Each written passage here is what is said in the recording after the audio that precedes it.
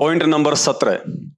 राम अर्थात समर्थ भगवान उसे कहते हैं जिसकी मुट्ठी में जीवन और मृत्यु दोनों कठपुतली की भांति इशारों का इंतजार करते हों, जो जिसे चाहे जीवन दे सकता है और जब चाहे किसी का जीवन ले सकता है, परंतु युद्ध करते समय लक्ष्मण को शक्ति बाण लगने के कारण मूर्छा आ जाती है, अर्थात कोमा में चला जाता है। इतनी सी बात से भयभीत होकर श्री रामचंद्र जी समस्त सेना के आगे बच्चों की तरह रोना शुरू कर देते हैं कि वापस जाकर माता सुमित्रा को क्या जवाब दूंगा। श्री रामचंद्र जी को नहीं मालूम कि लक्ष्मण जी की मूर्छा कैसे टूटेगी। श्री रामचंद्र जी को नहीं मालूम कि संजीवनी बूटी कहां मिलेगी। श्री रामचंद्र जी को नहीं मालूम कि संजीवनी बूटी कौन लेकर आएगा। वो भी रावण के वैद्य सुसेन ने बताया, तब कहीं जाकर हनुमान जी द्रोणागिरी पर्वत से संजीवनी बूटी लेकर आए और लक्ष्मण के प्राण बचे और श्री रामचंद्र जी की जान में जान आई। इसलिए श्री रामचंद्र जी एक राजा के पुत्र हो सकते हैं, एक महापुरुष हो सकते हैं, श्री विष्णु जी के अवतार हो सकते हैं, परंतु किसी को जीवन दान देने वाले पूर्ण परमात्मा नहीं हो सकते। यदि होते तो लक्ष्मण जी के मात्र बेहोश हो जाने पर रोने की नहीं, बल्कि उन्हें होश में लाकर अपनी समर्थता साबित करने की जरूरत थी।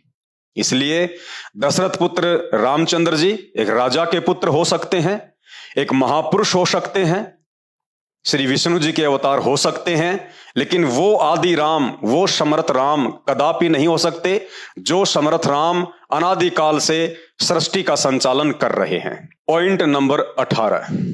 राम अर्थात समर्थ भगवान उसे कहते हैं जो सृष्टि के सभी प्राणियों के जन्मदिन और मौत का दिन मां के गर्भ में ही निर्धारित कर देता है। यदि समय निर्धारित करने वाला वह समर्थ भगवान दशरथ पुत्र श्री रामचंद्र जी ही था, तो भला उन्हें इस बात का पता क्यों नहीं चल पाया कि रावण की मृत्यु कैसे होगी।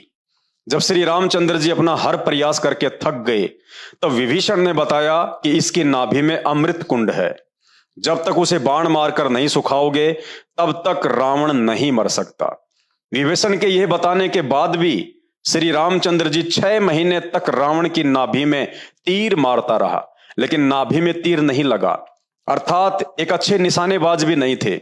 अंत में उसी ऋषि ने गुप्त रूप से श्री रामचंद्र जी का रूप बनाकर रावण की नाभि में तीर मारा था, जिस ऋषि ने समुद्र पर पुल बनाने के लिए अपनी शक्ति से पत्थरों को हल्का किया था। यदि आपको प्रमाण चाहिए तो परम पूज्य संत रामपाल जी महाराज जी के गांव धनाना, जिला सोनीपत, हरियाणा में सतलोक आश्रम बनाया जा रहा है, जहां आदरणीय गरीबदास जी महाराज जी के द्वारा रचित 300 वर्ष पुराना ग्रंथ रखा हुआ है, जाकर देख सकते हैं। अतः दशरथ पुत्र श्री रामचंद्र जी एक राजा के पुत्र हो सकते हैं, एक महापुरुष हो सकते हैं, श्री विष्णु जी के अवतार हो सकते हैं, परंतु वो समर्थ भगवान नहीं हो सकते हैं जिसके हाथ में रावण तो छोड़िए 33 करोड़ देवी देवताओं की जन्म और मृत्यु का हिसाब किताब रहता है। Point number 19। राम अर्थात समर्थ भगवान उसे कहते हैं जो संदेह या शक नहीं करता, क्योंकि संदेह वो करता है जिसे हकीकत का पता ना हो।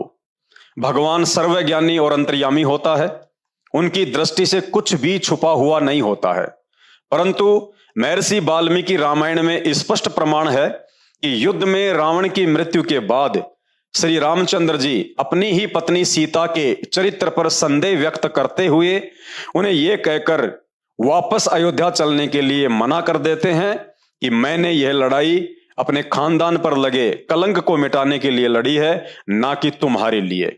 अतः इस आधार से भी श्री रामचंद्र जी को भगवान नहीं कहा जा सकता, क्योंकि अपने खानदान की इज्जत के लिए करोड़ों लोगों के जीवन को दांव पर लगाने वाला भगवान नहीं हो सकता है।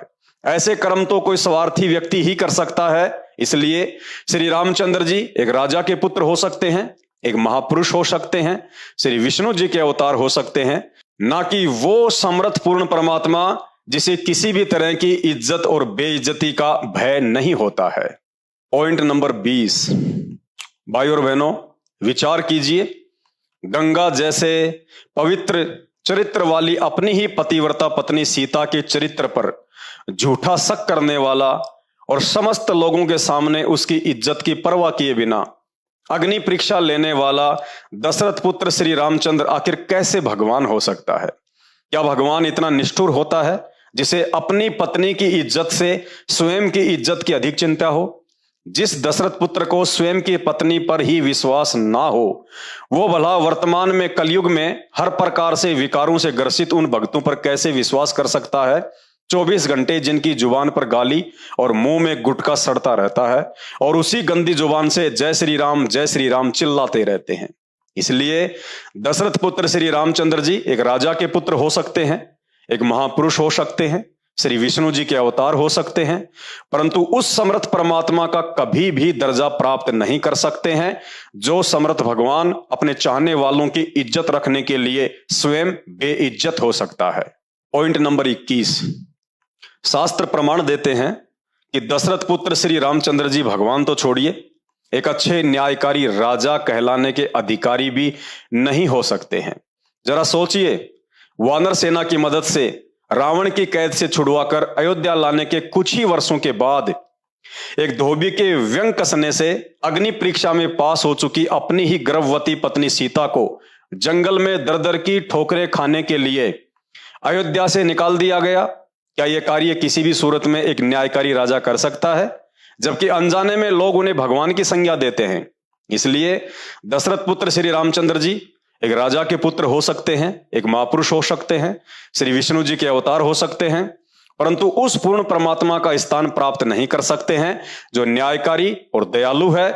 यहां ना चाहते हुए भी श्री रामचंद्र जी को नारद जी के द्वारा दिए गए श्राप के अधीन होकर निर्दोष सीता जी को दुख उठाने के लिए अयोध्या से जंगल में भेजना पड़ा, क्योंकि नारद जी ने श्राप दिया था कि जिस प्रकार तुम्हारी हरकत से मैं अपनी पत्नी के वियोग में दुखी हूं, उसी प्रकार तुम भी एक पूरा जीवन अपनी पत्नी से दूर रहकर मेरी तरह दुखी रहोगे। अर्थात श्री रामचंद्र जी नारद जी का दिया हुआ श्राप भोगने के लिए ही धरती पर आए थे, ना कि किसी का भला करने और भक्ति करवाकर दुनिया का उद्धार करने के लिए आए थे। इसलिए श्री रामचंद्र जी एक राजा के पुत्र हो सकते हैं, एक महापुरुष हो सकते हैं, श्री विष्णु जी के अवतार हो सकते हैं, लेकिन वो समर्थ राम नहीं हो सकते जिस सृष्टि रचने वाले राम के ऊपर किसी का भी श्राप या दंड काम नहीं करता है। पॉइंट नंबर 22, जिस दशरथ पुत्र श्री रामचंद्र जी को अंतर्यामी राम कहा जाता है, उसी रामचंद्र जी के राज दरबार में लव और कुश राम कथा सुनाकर श्री रामचंद्र जी से तीखे तीखे सवाल करते हैं, परंतु परमात्मा कहे जाने वाले दशरथ पुत्र श्री रामचंद्र जी के पास उनके एक भी सवाल का जवाब नहीं होता है। आखिर उन्हें शर्मिंदा होना पड़ता है और यह सोचने पर मजबूर होना पड़ता है कि उन्होंने सीता जी के साथ काल के अधीन होकर नारद जी के श्राप के चलते अन्याय किया है, जिसके लिए संसार में वे सदा निंदा के पात्र बने रहेंगे। दूसरी तरफ घट घट के वासी कहे जाने वाले श्री रामचंद्र जी यह भी नहीं जान पाते हैं कि कथा कहने वाले दोनों बालक उन्हीं के पुत्र हैं। अब आप ही बताइए, किस आधार से श्री रामचंद्र जी को भगवान मानकर अपने मोक्ष के लिए उनकी पूजा अर्चना की जाए? इसलिए श्री रामचंद्र जी एक राजा के पुत्र हो सकते हैं, एक महापुरुष हो सकते हैं, श्री विष्णु जी के अवतार हो सकते हैं, लेकिन कदापि वो समर्थ परमात्मा नहीं हो सकते हैं जो समर्थ परमात्मा केवल सुख देता है और किसी के भी साथ अन्याय नहीं करता है।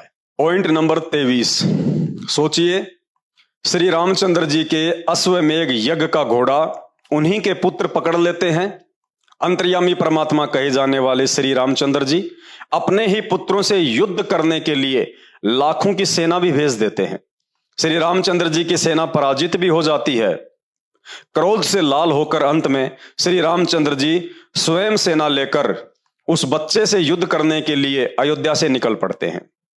आमना सामना भी होता है और लज्जित भी होना पड़ता है, लेकिन यह नहीं जान पाते हैं कि वो दोनों बालक उसी के पुत्र हैं। चलिए, नहीं जान पाए तो ना सही, परंतु आप और हमारे लिए सोचने का विषय है, क्या अयोध्या के चक्रवर्ती राजा और विष्णु जी के अवतार कहे जाने वाले श्री रामचंद्र जी को दो छोटे छोटे बालकों से युद्ध करना शोभा देता है? लेकिन इसमें बेचारे रामचंद्र जी का कोई दोष नहीं था, क्योंकि नारद जी के श्राप के अधीन होकर उन्हें यह सब करने के लिए काल पुरुष विवश कर रहा था। इसलिए श्री रामचंद्र जी एक राजा के पुत्र हो सकते हैं, एक महापुरुष हो सकते हैं, श्री विष्णु जी के अवतार हो सकते हैं, परंतु ब्रह्मांड के वो समर्थ भगवान नहीं हो सकते हैं जो भगवान कभी किसी काल पुरुष के अधीन होकर मतिहीन कार्य नहीं करता है। सोचिए, जिस दशरथ पुत्र श्री रामचंद्र जी को अज्ञानतावश आपने परमात्मा मान लिया है, उसी विष्णु अवतार श्री रामचंद्र जी के लिए लक्ष्मण जैसे वफादार भाई ने 14 वर्ष का वनवास भोगा, स्त्री सुख व राज्य सुख का परित्याग किया। अंत में उसी लक्ष्मण को स्वयं श्री रामचंद्र जी ने ही दुर्वासा ऋषि के कहने पर मृत्यु दंड की सजा सुनाई। और शास्त्र प्रमाण देते हैं, श्राप के वशीभूत होकर बेचारे लक्ष्मण ने सरयू नदी में आत्महत्या की, जिसे शास्त्रीय भाषा में जल समाधि कहते हैं, ताकि इस सत्य से पर्दा ना उठ सके।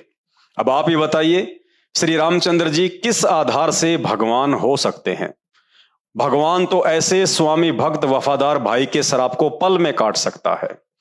भगवान उसी शक्ति को कहते हैं जो होनी को अनहोनी और अनहोनी को होनी में बदल दे। परंतु यहां भगवान कहे जाने वाले श्री रामचंद्र जी अपने भाई को श्राप मुक्त करने की बजाय उन्हें उल्टा मृत्यु दंड की सजा सुना रहे हैं।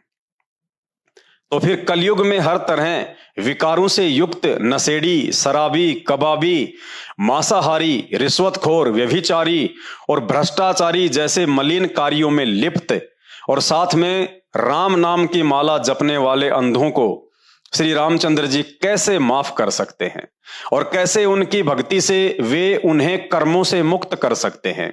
इसलिए श्री रामचंद्र जी एक राजा के पुत्र हो सकते हैं, एक महापुरुष हो सकते हैं, श्री विष्णु जी के अवतार हो सकते हैं, परंतु किसी भी सूरत में उन्हें भगवान की, परमात्मा की संज्ञा नहीं दी जा सकती है, जो परमात्मा भक्ति करने वाले भगत के घोर से घोर पाप कर्मों का सत्यानाश करके उसे सुखी जीवन प्रदान करता है।